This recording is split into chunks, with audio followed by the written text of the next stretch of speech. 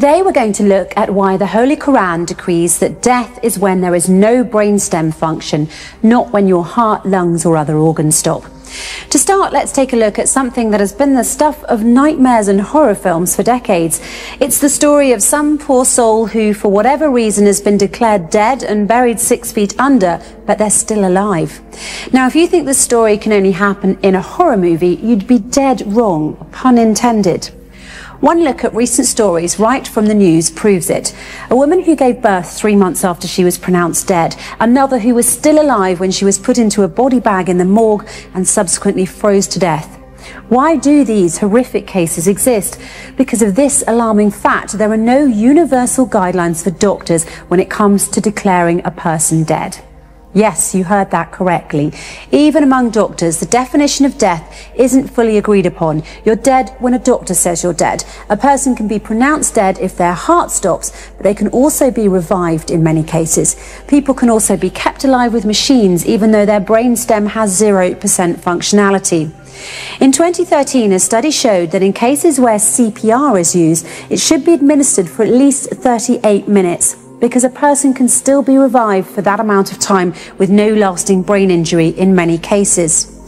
But here's where the difference is, and it's very important. Once the brainstem permanently stops functioning, there's no way of reversing it. No matter what happens, that person's heart will eventually stop beating, even if a ventilator is used.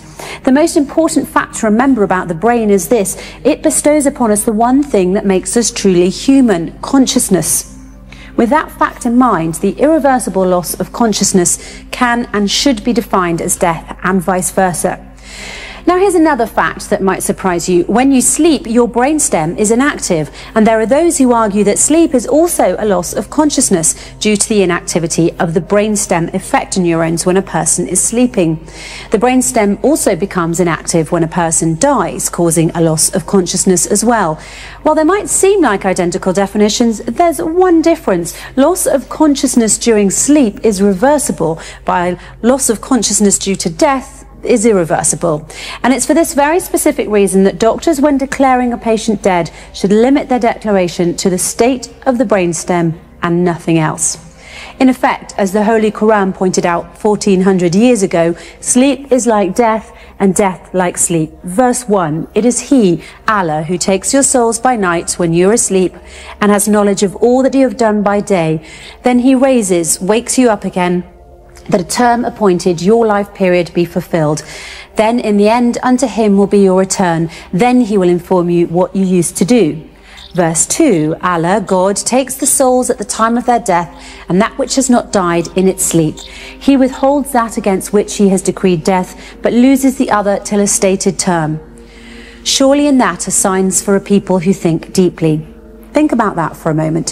1400 years ago, the Holy Qur'an already had a specific, unquestionable definition for death, namely when the brainstem no longer functions. It has nothing to do with heart function, whether the person can breathe, or any other bodily functions or organs. What this means is that around the world, millions of people have been declared dead when in fact they were not. That is why, in the interests of human rights, Muslims believe that doctors should only consider a patient dead if their brainstem has completely stopped working.